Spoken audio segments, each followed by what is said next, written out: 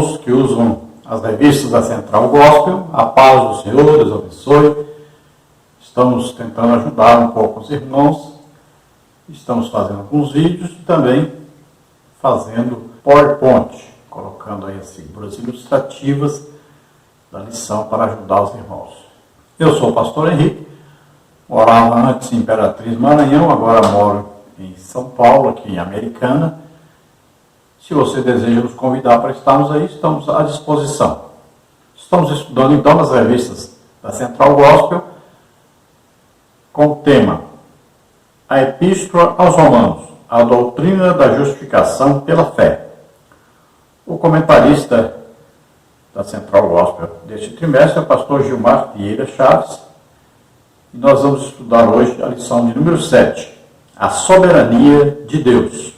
Deus é tão soberano, mas tão soberano, que Ele deu a nós o livre arbítrio. Ou seja, nós podemos escolher entre seguir a Deus ou não. Veja só, uma soberania tremenda, né? Se Deus não fosse tão soberano, Ele criaria a todos para obedecê-lo e todos adorá-lo, ninguém teria escolha. Ele não seria Deus, seria um tirano.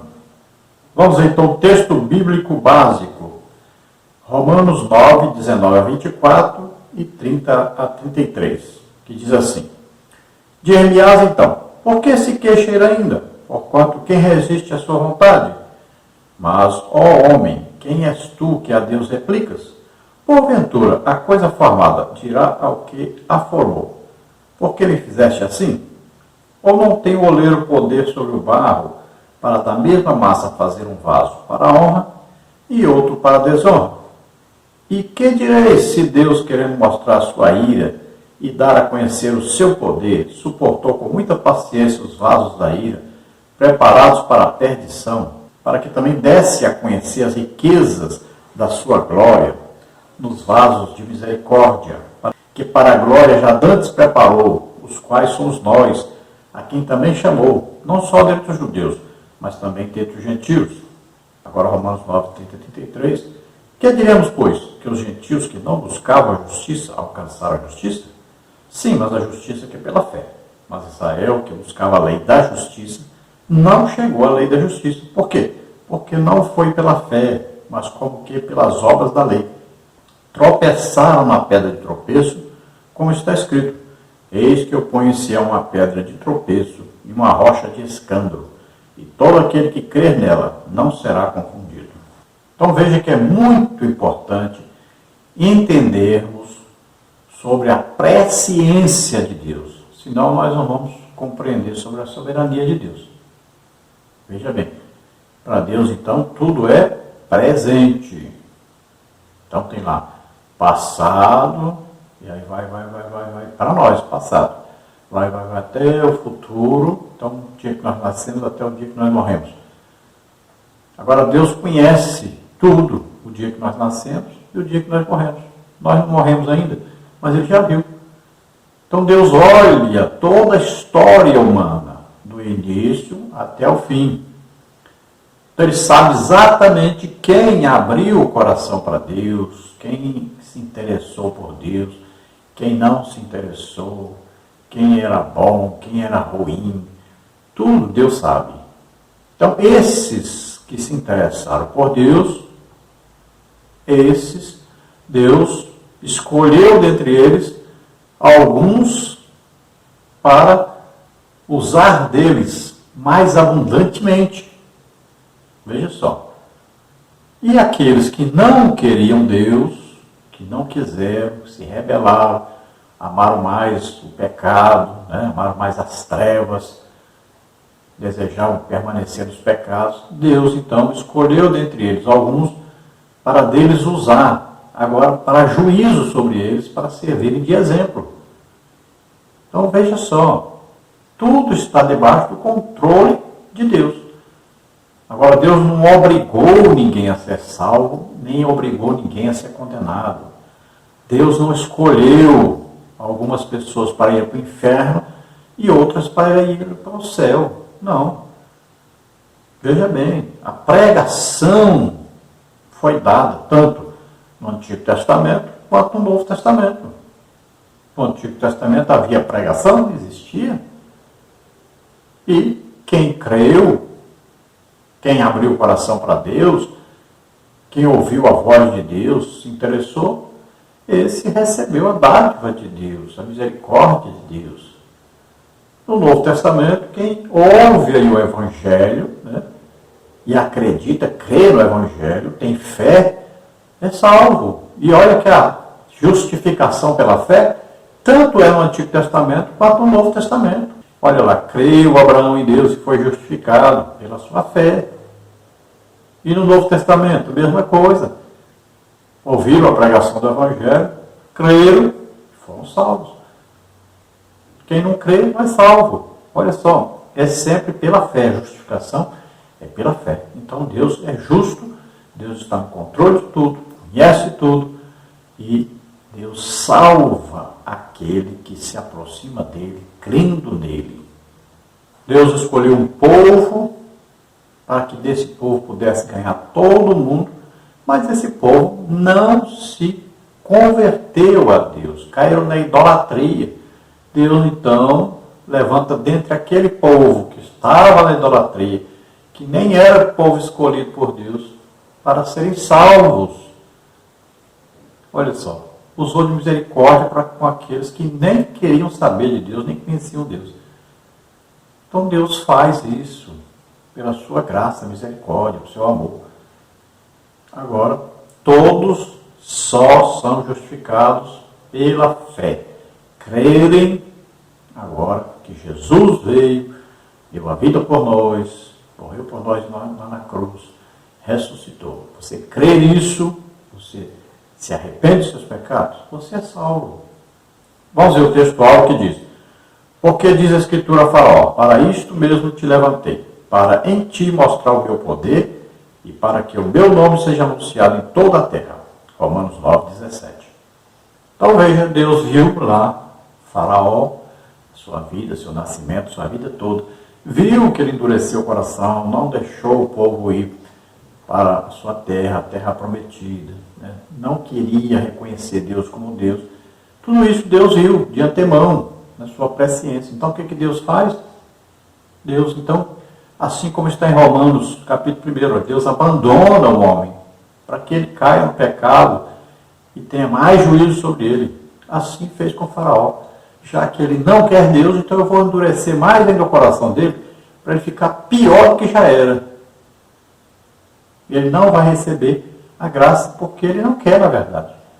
Então Deus piora mais a situação dele para Deus fazer o quê? Usar, então, esse Faraó com o coração endurecido para realizar grandes milagres, maravilhas no Egito, para que todo o seu povo, durante toda a sua caminhada no deserto, toda a sua vida na terra prometida, eles tivessem, então, alguma coisa que se lembrar e glorificarem sempre a Deus. Há também as nações, todas as nações que ouviram, que viram, né, e que veem na Bíblia escrito, registrado tudo isso.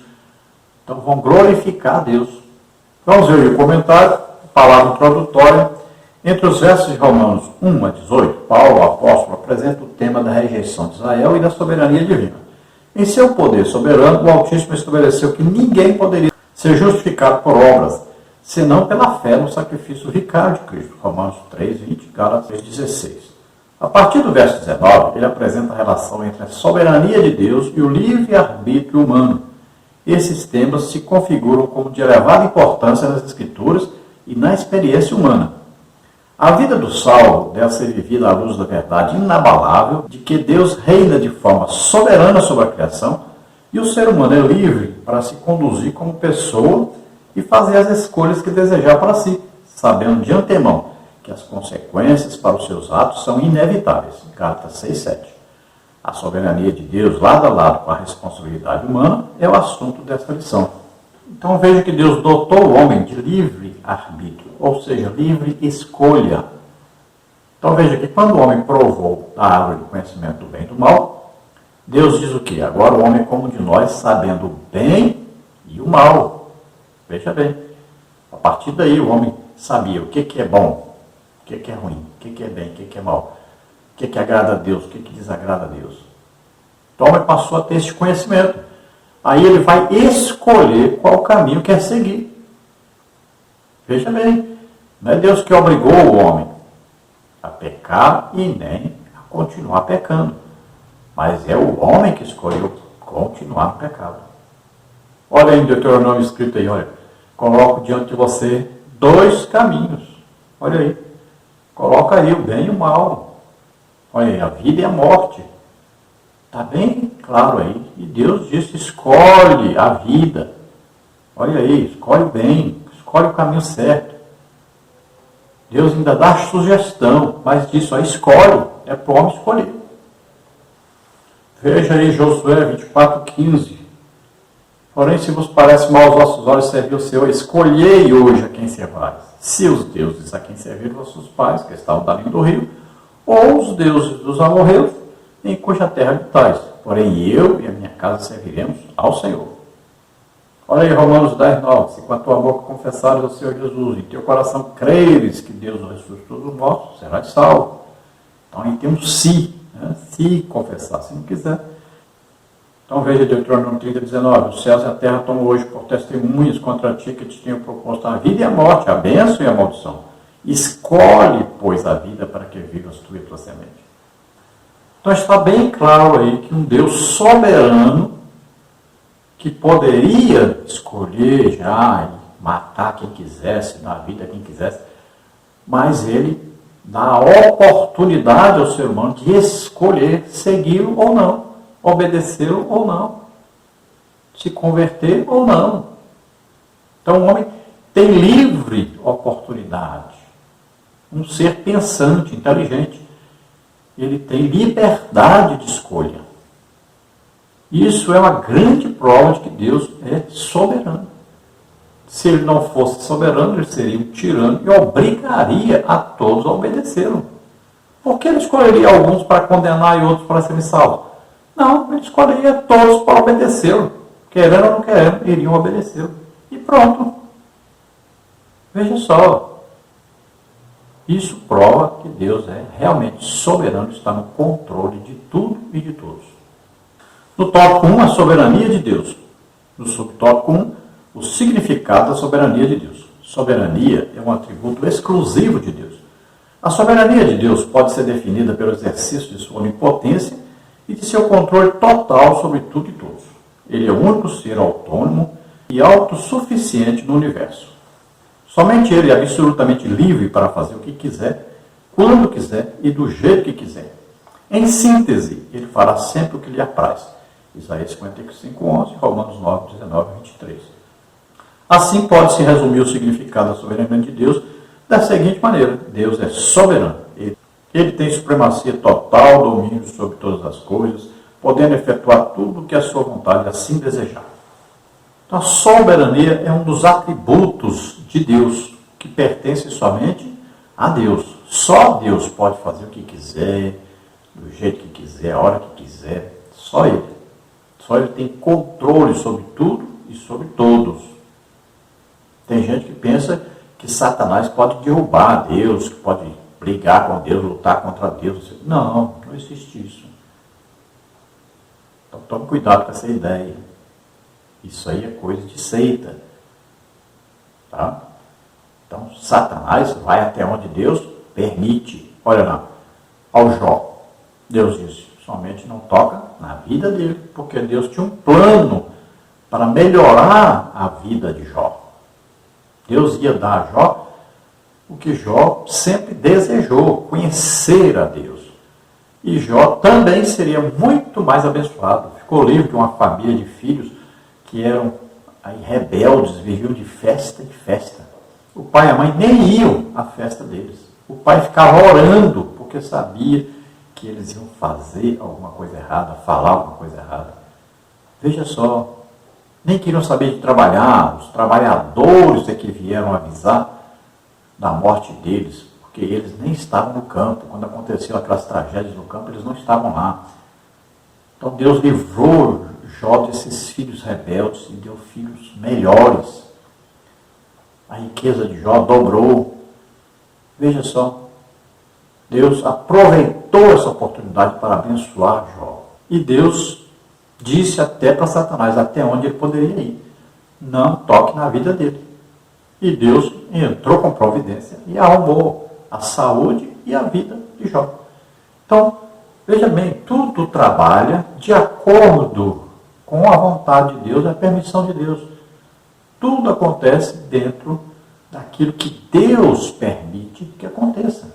Veja que tudo é controlado por Deus. E a Bíblia afirma isso, está aí na palavra de Deus. Jesus sustenta todas as coisas. Olha só, controla tudo.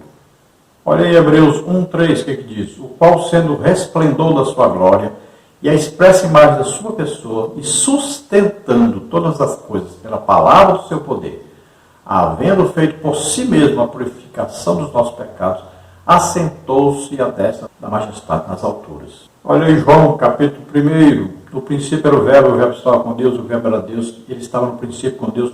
Todas as coisas foram feitas por ele, e sem ele nada que foi feito se fez. Nele estava a vida, e a vida era a luz dos homens. Então veja que tudo é sustentado por ele. Tudo existe por causa dele, para ele. Ele tem o controle sobre tudo. A Bíblia diz que ele coloca reis, tira reis. Tudo está no controle de Deus. No subtópico 2, a soberania de Deus na criação. A Bíblia diz em Gênesis 1:1 que no princípio Deus criou os céus e a terra. Pela relação de causa e efeito, isso significa dizer que por trás de tudo que existe há um Criador. Porém, Deus não apenas criou todas as coisas, mas as mantém funcionando de maneira absolutamente perfeita. As ações criativas de Deus não foram feitas por alguma necessidade específica, mas exclusivamente por sua escolha e satisfação soberana. Em Romanos 9:20 e 21, Paulo argumenta sobre a soberania de Deus, Criador, com algumas perguntas, as quais destacam a distância real entre Deus e o homem, entre o ser criado, limitado ao tempo e ao espaço, e o seu Criador, onipotente e soberano. Então, olha, no princípio criou Deus os céus e a terra. Princípio de quê? Dos céus e da terra. Claro que antes já existia, né, o universo. Veja bem que já existia a luz, né, no universo. Agora que na terra é que foi criado agora, né, aí os astros, né, foram criados todas as coisas aqui na terra agora, no princípio aí. Deus não tem princípio, meio e fim. Deus sempre existiu e sempre vai existir. Então não vai pensar que é no princípio de Deus aí, é no princípio da criação da terra e dos seres humanos. Esse universo que nós conhecemos, aí está o Sol, as estrelas, os planetas, né? Aí a Lua, tudo isso, a Terra e tudo que existe. Então, aí no princípio dessa criação, Deus estava lá presente, Ele que criou tudo isso. Criou através de quê? Da sua palavra. Os mundos, pela palavra de Deus, foram criados. Está aí em Hebreus. Vimos aí também no livro de Hebreus, né, falando que ele sustenta todas as coisas. Então, o que é o homem? O homem é criatura, não é criador. O homem não pode discutir com Deus, nem dizer, por que você fez assim, por que fez assim, por que você me fez assim. Não tem como. O homem não pode discutir com Deus. O homem pode repreender Deus. O homem não pode querer saber mais do que Deus. Não, ser soberano é Deus, Ele é que é o Criador. Ele sabe tudo. Ele tem toda a sabedoria. Tem todo o conhecimento, Ele tem todo o poder para fazer e desfazer. Não existe poder maior do que o poder de Deus. Então, olha só, Ele está presente em toda parte ao mesmo tempo, sabe todas as coisas e pode todas as coisas. No subtópico 3, a soberania e o poder de Deus. O poder de Deus é inerente à sua própria natureza. Ele é o Todo-Poderoso, Gênesis 17:1. Não há outro igual, muito menos outro além dele, Isaías 45:5. O poder de Deus é derivado apenas dele mesmo. Ele é o próprio poder e a manifestação desse poder é garantida em sua palavra, Salmos 62:11. O poder do Senhor Deus é controlado por sua sábia e soberana vontade. Não há limitações quanto ao que ele pode executar. 1 Samuel 15:29. 2 Timóteo 2:13. Então veja, Jesus diz, vocês pecam porque vocês não conhecem o poder de Deus e nem a palavra de Deus. Veja só, muita gente conhece até um pouco de Bíblia, mas não conhece o poder de Deus. Não crê no poder de Deus. Por isso mesmo, para ser salvo, tem que se crer na ressurreição de Jesus. Olha lá, Romanos 10 diz: se com a tua boca confessares o Senhor Jesus e teu coração creres que Deus o ressuscitou dos mortos. Olha, você tem que acreditar que Deus tem poder para ressuscitar o morto. Veja só, muita gente crê até na palavra de Deus, muitas coisas, mas quando chega no poder de Deus, ele não acredita, ele duvida. Tem muita gente hoje, inclusive na igreja, que duvida do poder de Deus. Duvida que Deus pode fazer qualquer coisa, pode mudar qualquer situação, pode curar qualquer doença, qualquer enfermidade. Tem muita gente assim na igreja hoje, incrédulo. E olha, Deus se agrada de quem tem fé. Sem fé é impossível agradar a Deus. Temos que acreditar mais no poder de Deus. Não existe nada mais poderoso que Deus.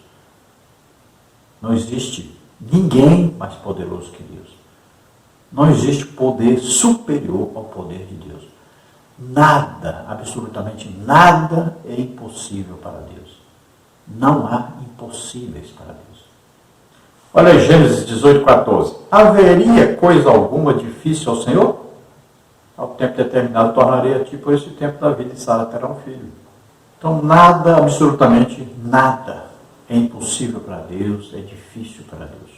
Você pode ter o que for, está passando pelo que for, mesmo assim, tudo isso para Deus é simples de resolver. Você só precisa crer e receber. Tudo com Deus você consegue através de duas coisas. É sempre desejar e acreditar. Só isso. Desejar e acreditar. Batismo com o Espírito Santo, dons do Espírito Santo, curas, milagres, situações difíceis. Só desejar e acreditar e você recebe o seu milagre. No subtópico 4, a soberania de Deus e o sofrimento humano. O ser humano não consegue compreender a soberania de Deus, especialmente no que diz respeito ao sofrimento. Todavia, é bom lembrar que Deus não se sente feliz com a falta de justiça nem com a aflição dos seres que Ele criou.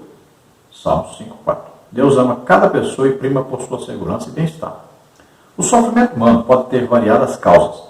É possível sofrer intensamente por conta de decisões e escolhas pessoais erradas ou pela prática do mal e do pecado.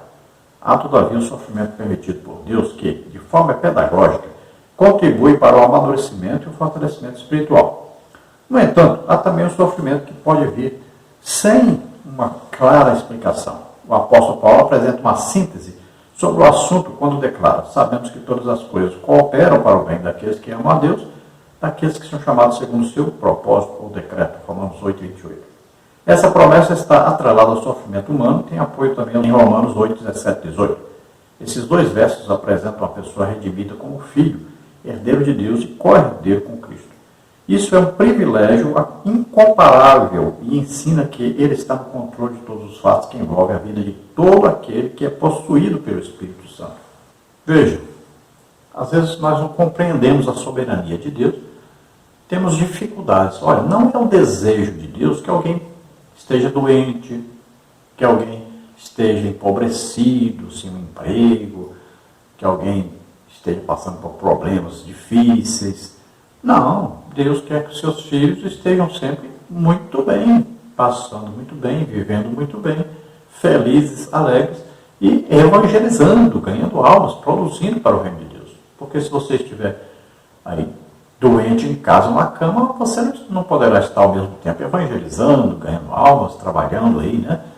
Então, veja bem, que Deus não inventou a doença, a falta de emprego, a falta de dinheiro, as dificuldades, o sofrimento, nada disso. Isso é resultado do pecado. Deus quer só o bem nosso. Então veja que nós temos que nos dedicarmos mais. Nós temos que nos colocarmos mais à disposição de Deus. Temos que entregar mais a nossa vida a Deus. Confiarmos mais em Deus. Recebermos mais bênçãos de Deus. Nós temos que ir para um culto, por exemplo, prestar um culto a Deus, mas sabendo que Deus responde o culto, abençoando o seu povo. Nós temos orado, são milhares de pessoas curadas. E as pessoas, em sua maioria, nem acreditam que vão ser curados. Jesus quer curar todos, não importa se você é crente, se não é, se você está em pecado, se não está. Deus ama todos e quer todos com saúde. É para você receber a bênção de Deus, acreditar nessa bênção de Deus. As pessoas ficam duvidando. Tem gente que até pensa que está doente porque é Deus que deu a doença. Olha, se é Deus que deu, então você não toma remédio, não vá ao médico, não. É Deus que deu, agradeça, então e morra. Não, Deus quer o seu bem, Deus quer que você viva em saúde, em prosperidade financeira. Deus quer que você seja feliz. Agora, quer que você trabalhe para Ele. Ele investiu em você. Ele deu o seu próprio filho para morrer por todos nós. Então temos que fazer a obra de Deus, ganhar almas. Temos que orar pelas pessoas, temos que aí estar expulsando demônios, orando para que as pessoas sejam libertas, sejam curadas, sejam salvas. Temos que levar o Evangelho a todos, temos que trabalhar para o Senhor. Creia em Deus, no poder de Deus, no amor de Deus, na misericórdia de Deus. Creia que Deus quer que você seja curado, que você seja feliz, que você trabalhe para Deus. E se vier qualquer sofrimento, qualquer angústia, qualquer doença, fique firme e acredite que Deus vai solucionar, que Deus vai te ajudar. Creia nisso. Creia no Deus poderoso, bondoso, misericordioso. Creia no Deus que é Pai. Insista. Busque, que você receberá a bênção. No tópico 2 agora nós temos a soberania de Deus e o livre-arbítrio. Até aqui foi visto que Deus está no controle de todos os acontecimentos do universo pela sua vontade santa e soberana. Isaías 55:11. A partir de agora será mostrado o relacionamento entre a soberania de Deus e o livre-arbítrio humano. Então, no tópico 2, subtópico 1, significado e implicação. Deus concedeu ao homem a capacidade de discernir entre o bem e o mal e decidir por um ou pelo outro de maneira livre. No entanto, a liberdade de escolha também impõe a cada um a responsabilidade por suas atitudes e decisões. Então, vimos que Deus está no controle de tudo, mas agora vamos ver que o ser humano tem a capacidade de escolher em servir a Deus ou servir a Satanás, entre viver em santidade ou em pecado. Olha lá, Jesus diz que os homens amaram mais as trevas do que a luz, porque as suas obras eram más. Então eles escolheram viver nas trevas. Olha, Jesus diz, Jerusalém, Jerusalém, quantas vezes quis eu ajuntar vocês como a galinha junta os seus pintinhos, e vocês não quiseram. Olha aí, os homens escolheram. Jesus estava ali entre eles. Eles diziam que estavam esperando o Messias. O Messias estava entre eles, mas eles não quiseram o Messias. Então veja que quando o homem come do fruto da árvore do conhecimento do bem e do mal, o que diz lá?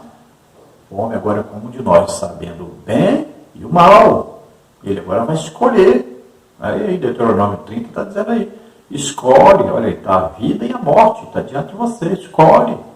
Então foi dado ao ser humano aí a oportunidade, a capacidade de escolher qual caminho quer seguir, a quem quer servir. Agora, todo aquele que escolheu o caminho mau, o caminho da morte, vai ter o seu juízo sobre ele. Vai ter o juízo de Deus sobre ele. Tem consequências para quem quer viver a seu bel prazer. No tópico 2, subtópico 2, livre-arbítrio e justiça de Deus. Os seres humanos de qualquer tempo ou cultura possuem um código moral de conduta. Assim, cada indivíduo pode ser premiado ou punido com justiça de acordo com a liberdade que tem para seguir ou não as premissas desse código moral. A justiça de Deus na condenação do homem baseia-se no fato de este possuir total capacidade para fazer diferença entre o bem e o mal, assim como é livre para escolher entre um caminho e outro. Deuteronômio 11, 26 a 28, Tiago 4, 7. Então veja que dentro do próprio ser humano existe um tribunal, e ele julga, ele sabe o que é certo e o que é errado. Ele sabe o que agrada a Deus e o que não agrada.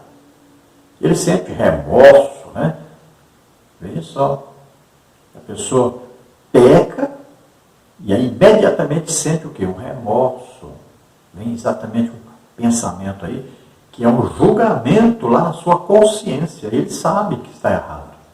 E se ele volta a praticar isso, ele voltou a praticar sabendo que está errado e que isso desagrada a Deus. Tem lá dentro de cada um isso. Deus colocou isso em nós. Veja bem, a lei veio mostrar, revelar o pecado. Agora, muita gente pecou sem lei. Antes não havia lei. E muita gente nem conhece a letra lá, a lei escrita. Mas na sua consciência tem lá a lei de Deus guardada no seu coração. Ele sabe o que é certo e o que é errado. Então ele tem livre-arbítrio dado por Deus para ele escolher o que ele vai fazer. Tem muita gente que não é crente e faz muita coisa boa. E tem muita gente que é crente e faz muita coisa ruim. No tópico 2, subtópico 3, livre-arbítrio, soberania de Deus e salvação. A degradação do primeiro casal distanciou a raça humana do Criador, Romanos 3, 23. Porém, há textos em abundância nas Escrituras em que todos os homens, indistintamente, são chamados ao arrependimento. 1 Timóteo 2, 4, Atos 17, 30. Deus espera que, pelo arrependimento dos pecados e pela confissão de Cristo como Senhor, todos cheguem ao conhecimento do Filho de Deus. Romanos 9, 22, 23, 10, 9 e 10. Diante do exposto, fica claro que não há contradição entre livre-arbítrio, soberania de Deus e salvação eterna. Esses temas não são excludentes, eles são complementares. Então, com o pecado de Adão, o pecado passou a todos, né? É hereditário, a semente do pecado foi plantada em Adão e passou a todos os homens. Todos pecaram, Deus olhando lá, olha bem, lá no início do ser humano, até o final do ser humano, toda a raça humana, nesse período todo, todos pecaram, todos nasceram com a semente do pecado. Veja só, todos estavam na mesma condenação. Deus não tem passado, presente e futuro, tudo é presente. Então, ele viu toda a raça humana pecando, todos pecaram, destituídos estavam na glória de Deus. Deus criou um plano de salvação para salvar esse homem. Então veio Jesus, levando o nosso pecado sobre ele, morrendo por nós na cruz, ressuscitando. Então olha lá, quando a palavra de Deus diz, se com a tua boca confessares ao Senhor Jesus, olha, é se confessar, é salvo, se não confessar, não é salvo. Olha, todo aquele que me confessar diante dos homens, eu confesso diante do Pai. Mas aquele que não me confessar, olha aí, o homem escolheu. Olha aí, Efésios 1:13.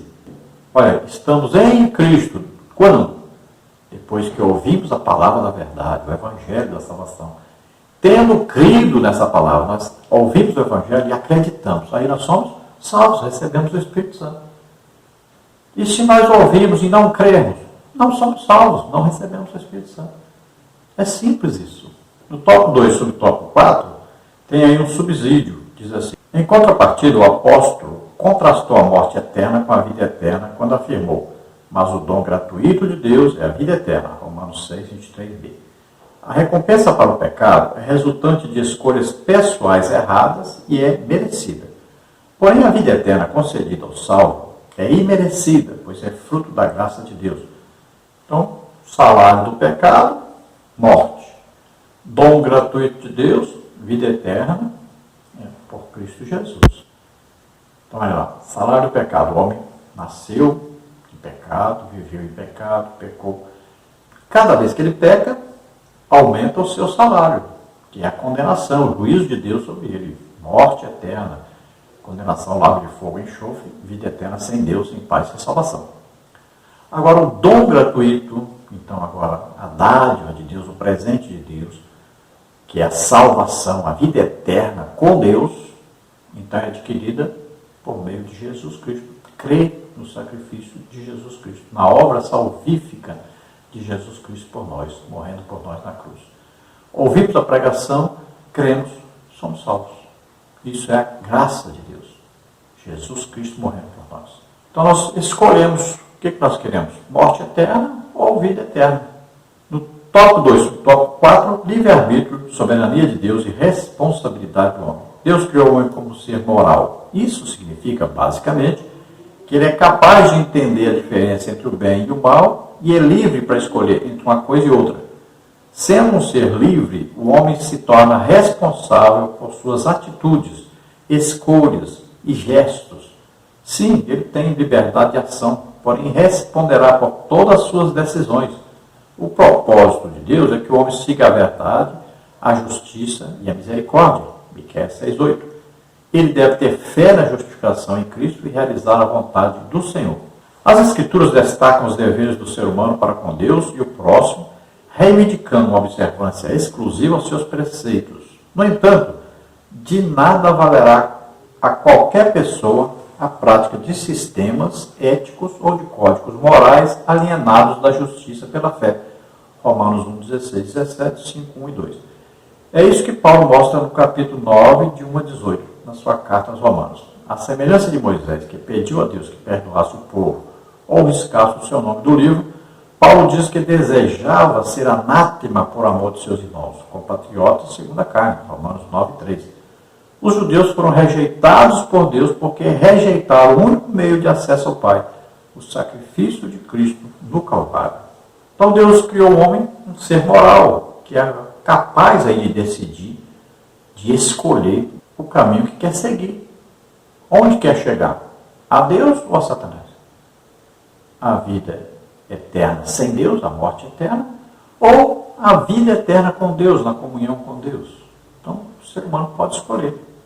E o próprio ser humano sabe que fazendo as coisas erradas, seguindo a sua própria vontade, seguindo aí as orientações dos seus desejos carnais, dos pecados, então ele vai ser condenado. Então, não tem desculpa para o ser humano. Também não tem desculpa para o ser humano pensar, Deus não existe. Ele sabe que Deus existe, a própria natureza mostra isso, revela isso, como já estudamos. Então veja que não é a religião que a pessoa segue que vai salvá-lo. Não é a denominação que ele serve, que ele frequenta, que vai salvá-lo. Mas a fé em Jesus Cristo é que vai conduzi-lo à salvação. Ele precisa ouvir o Evangelho e crer no Evangelho. E ele será salvo. Aí ele poderá reconhecer que está errado, se arrepender dos seus pecados, tomar uma direção certa na sua vida, o rumo certo. Ele precisa se arrepender, se voltar para Deus, começar a deixar então os pecados, começar a viver uma vida de santificação. Olha, Moisés arriscou a sua própria salvação, arriscou a sua vida, por causa de um povo rebelde. Ele intercedeu por aquele povo.